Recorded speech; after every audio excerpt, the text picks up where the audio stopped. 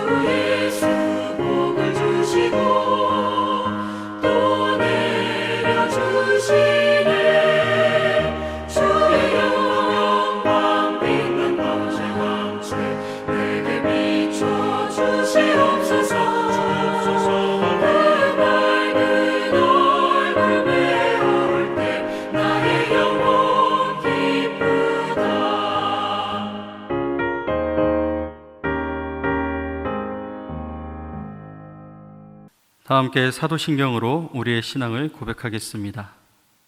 나는 전능하신 아버지 하나님, 천지의 창조주를 믿습니다. 나는 그의 유일하신 아들, 우리 주 예수 그리스도를 믿습니다. 그는 성령으로 잉태되어 동정녀 마리아에게서 나시고 본디오 빌라도에게 고난을 받아 십자가에 못 박혀 죽으시고 장사된 지 4일 만에 죽은 자 가운데서 다시 살아나셨으며 하늘에 오르시어 전능하신 아버지 하나님 우편에 앉아 계시다가 거기로부터 살아있는 자와 죽은 자를 심판하러 오십니다. 나는 성령을 믿으며 거룩한 공교회와 성도의 교제와 죄를 용서받는 것과 몸의 부활과 영생을 믿습니다. 아멘. 오늘 우리에게 주시는 하나님의 말씀은 로마서 14장 1절에서 12절의 말씀입니다. 로마서 14장 1절에서 12절의 말씀입니다. 믿음이 연약한 자를 너희가 받되 그의 의견을 비판하지 말라. 어떤 사람은 모든 것을 먹을 만한 믿음이 있고 믿음이 연약한 자는 채소만 먹느니라. 먹는 자는 먹지 않는 자를 업신여기지 말고 먹지 않는 자는 먹는 자를 비판하지 말라. 이는 하나님이 그를 받으셨음이라. 남의 하인을 비판하는 너는 누구냐? 그가 서 있는 것이나 넘어지는 것이 자기 주인에게 있음에 그가 세움을 받으리니 이는 그를 세우시는 권능이 주께 있음이라. 어떤 사람은 이 날을 저 날보다 낮게 여기고 어떤 사람은 모든 날을 같게 여기나니 각각 자기 마음으로 확정할지니라. 나를 중히 여기는 자도 주를 위하여 중히 여기고 먹는 자도 주를 위하여 먹으니 이는 하나님께 감사하며 먹지 않는 자도 주를 위하여 먹지 아니하며 하나님께 감사하느니라. 우리 중에 누구든지 자기를 위하여 사는 자가 없고 자기를 위하여 죽는 자도 없도다. 우리가 살아도 주를 위하여 살고 죽어도 주를 위하여 죽나니 그러므로 사나 죽으나 우리가 주의 것이로다. 이를 위하여 그리스도께서 죽었다가 다시 살아나셨으니 곧 죽은 자와 산 자의 주가 되려 하심이라. 내가 어찌하여 내 형제를 비판하느냐? 어찌하여 내 형제를 업신여기느냐? 우리가 다 하나님의 심판대 앞에 서리라. 기록되었으되 주께서 이르시되 내가 살았노니 모든 무릎이 내게 꿇을 것이요 모든 혀가 하나님께 자백하리라 하였느니라. 이러므로 우리 각 사람이 자기 일을 하나님께 짓고 하리라. 아멘. 할렐루야. 사랑하는 성도 여러분, 주님의 은혜가 오늘도 여러분과 함께 하시기를 주님의 이름으로 축복합니다. 우리 교회 공동체 안에는 언제나 여러 차이들이 존재합니다. 사람마다 자라온 환경이 다르기 때문에, 그리고 각자의 신앙의 깊이와 이 확신이 다르기 때문에 그렇습니다. 어떤 분은 음식 문제에 굉장히 예민하고 또 다른 분들은 전혀 상관이 없게 생활하시는 분들도 있습니다. 오늘 말씀처럼 어떤 사람은 주의를 매우 엄격하게 지키려고 하고 어떤 사람들은 조금 더 자유롭게 생각하면서 신앙생활을 하고 있습니다.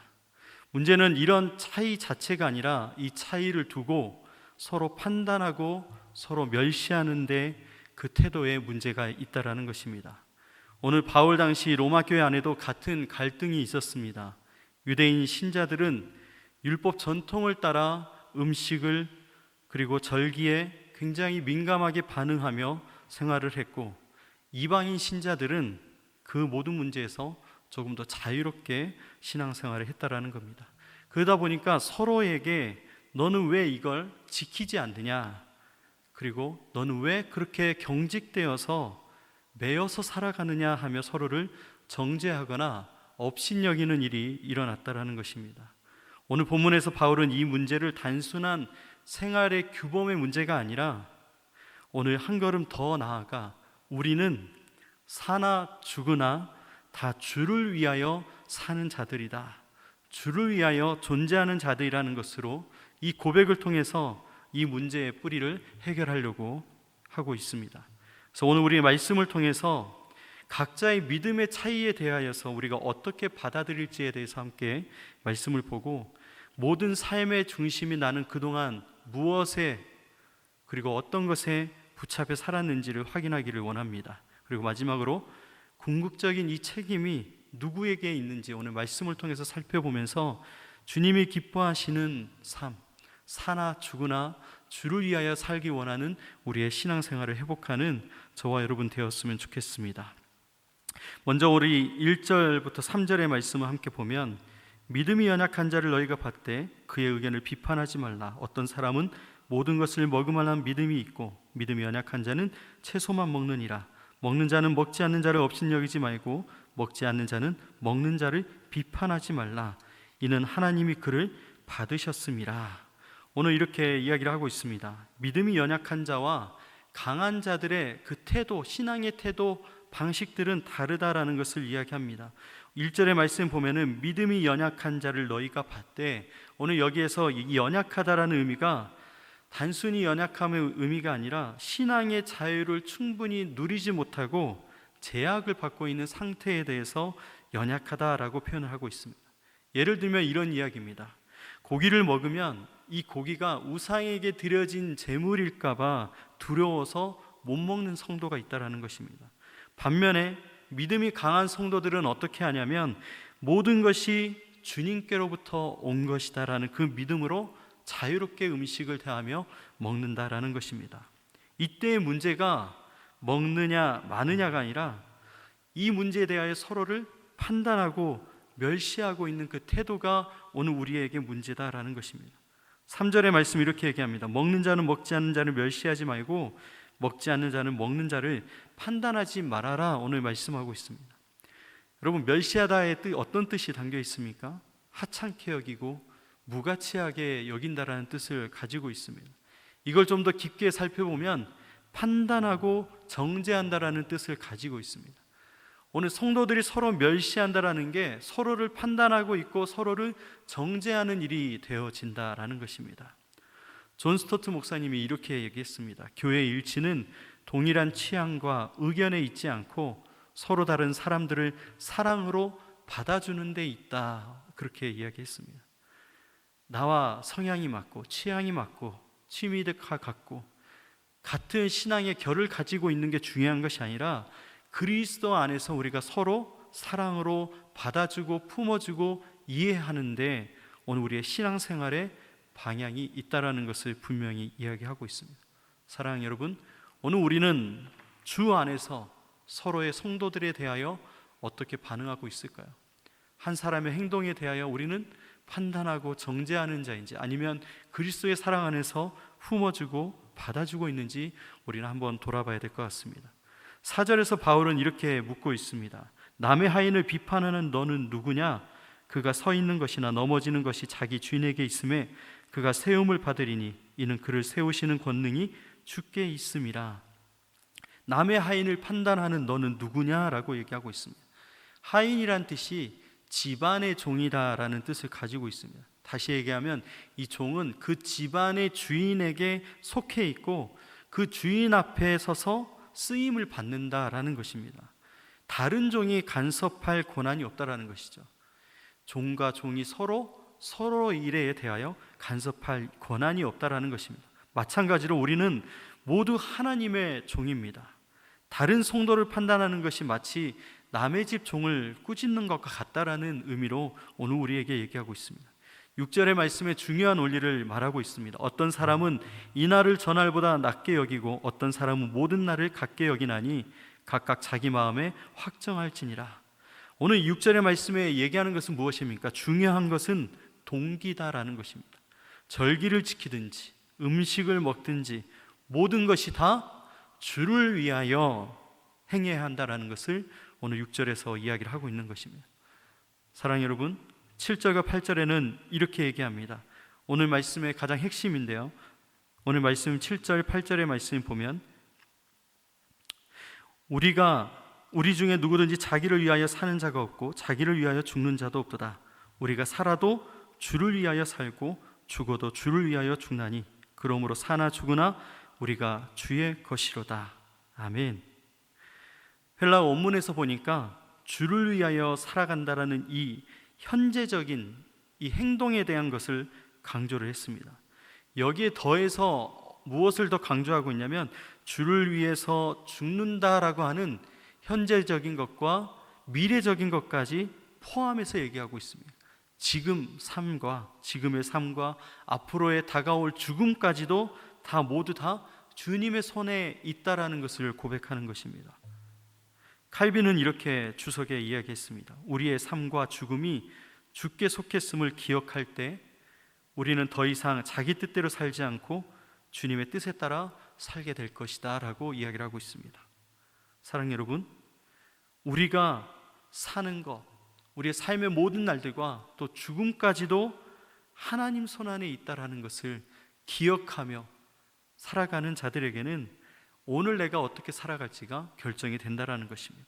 주의 뜻을 따라 살아가는 것, 정말 우리가 주님 뜻대로 살고 싶습니다라고 기도하고 고백하고 찬양하는데 이 삶이 되어지기 위해서는 반드시 기억해야 된다라는 것이죠. 모든 것이 주님의 뜻 안에 있고 주님 손 안에 속해 있다라는 것입니다. 이 모든 것에 최종적으로 판단하신 분은 하나님이십니다. 오늘 9절의 말씀을 보니까 이렇게 쓰여 있습니다. 이를 위하여 그리스도께서 죽었다가 다시 살아나셨으니 곧 죽은 자와 산 자의 주가 되려 하심이라. 오늘 이 9절의 말씀 보면은 주님으로서의 권세를 가지기 위해서 오늘 그리스도께서 죽었다가 다시 살아나셨으니 죽은 자와 산 자의 주가 되려 하심이라. 내가 주인이라는 주님이라는 이 권세가 합법화되기 위하여 오늘 그리스도께서 죽으셨다가 살아나셨다라는 오늘 이 삶을 우리에게 얘기하고 있습니다. 10절에 이어서 보니까 바울은 내가 어찌하여 내 형제를 판단하느냐라고 다시 묻습니다. 왜냐하면 모든 사람이 다 하나님의 심판대 앞에 설 것인데 우리가 서로를 판단할 수 있는 권한이 없다라는 것입니다. 이 주님으로서의 권세는 9절에서 얘기한 것처럼 그리스도만이, 우리의 하나님만이 가지고 있다라는 것입니다. 왜냐하면 그분이 우리를 위하여 죽음의 권세도 그리고 부활의 능력으로 우리에게 주님의 권세를 나타내셨기 때문에 그렇습니다. 고린도후서 5장 10절에는 바울이 이렇게 표현하면서 이야기합니다. 이는 인간의 모든 행위가 결국 하나님의 평가 앞에 드러나게 될 것이다 라고 강조를 하고 있습니다. 하나님의 평가, 서로의 평가, 나의 평가가 중요한 것이 아니라 하나님의 평가만이 완전하다라는 것입니다. 그래서 우리는 하나님 앞에서, 주님 안에서 살아가야 되는 것입니다. 11절과 12절은 이사야 45장 23절의 말씀을 인용하여 기록하고 있습니다. 모든 무릎이 꿇고 모든 혀가 하나님께 시인할 것이다 라고 선포를 하고 있습니다. 그래서 12절은 이렇게 결론을 맺습니다. 이와 같이 우리 각 사람이 자기 일을 하나님께 직고하리라. 결국 각 사람이 하나님 앞에서 자신의 일을 스스로 고하게 된다는 것이죠. 돌려서 말하지 않고 바뀌어서 말하지 않고 직고한다라는 것입니다. 모든 죄에 대하여, 모든 삶에 대하여, 나의 모든 것에 대하여 하나님 앞에 그대로 직고할 수밖에 없다라는 것입니다. 그런 우리는 다른 일을 심판할 권세가 없다라는 것입니다. 우리도 심판받을 수밖에 없는 존재이기 때문에 그렇습니다. 마르틴 루터가 이렇게 신문을 받았을 때 이야기합니다. 보름스 회의에서 신문을 받을 때가 있었는데 그가 교황과 제후들의 압박 속에서 이렇게 선언합니다. 내 양심은 하나님의 말씀에 사로잡혀 있습니다. 나는 다르게 할 수 없습니다. 내가 여기 서 있습니다. 하나님, 나를 도와주소서. 오늘 이 마르틴 루터는 이 사람의 심판보다도 하나님의 심판을 더 두려워했던 자고, 하나님의 심판이 그에게는 더 크게 보이는 것이었습니다. 이것이 바로 본문 12절의 진리의 말씀이다라는 것입니다. 레오 모리스라는 사람이 이렇게 얘기했습니다. 바울의 논증은 언제나 종말론적이다. 인간의 판단은 덧없지만 하나님의 심판은 피할 수 없고 최종적이다. 오늘 그렇게 말씀에 대하여, 바울의 설교에 대하여 해설을 하고 있습니다. 말씀의 결론을 맺겠습니다. 사랑하는 성도 여러분, 로마서 14장 1절에서 12절은 우리에게 세 가지의 분명한 메시지를 주고 있습니다. 첫 번째는 믿음의 연약함을 비판하지 말고 믿음의 강함을 멸시하지 말라라는 것입니다. 곧 서로 다른 성도들을 품어주라라는 것입니다. 서로의 차이를 수용하고 받아줘서 함께 믿음의 성장에 갈 수 있도록 서로 연합하라는 것을 우리에게 얘기를 하고 있습니다.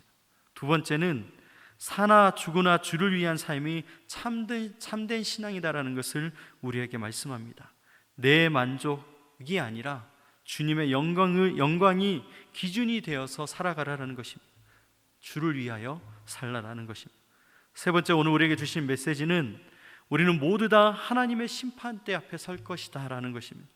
그래서 서로 판단하기보다는 각자가 하나님 앞에 신실해야 된다라는 것입니다. 하나님 앞에 설 것이다라는 것을 기억하는 자들은 다른 사람을 상관할 여유가 없습니다. 내가 오늘 하나님 앞에서 얼마나 바르게 서 있는가, 오늘 내가 하나님의 말씀을 얼마나 믿음으로 받아들였는가, 오늘 거기에 집중하며 살아가게 될 것입니다. 사랑하는 성도 여러분, 오늘 우리가 받은 말씀을 붙잡고 살아가기 원합니다. 서로 판단하지 말고 사랑으로 받아들이는 우리 성도 간의 서로의 교제가 되길 원합니다. 또한 사나 죽으나 주를 위하여 사는 삶을 선택하여 나를 위한 삶이 아니라 하나님께 영광을 돌리는 삶을 살아가는 우리 모두가 되기 원합니다. 마지막으로 하나님 앞에 설 날을 준비하는 성도, 주님 앞에 설 그날을 준비하며 살아가는 지혜 있는 우리 모두가 되기를 원합니다.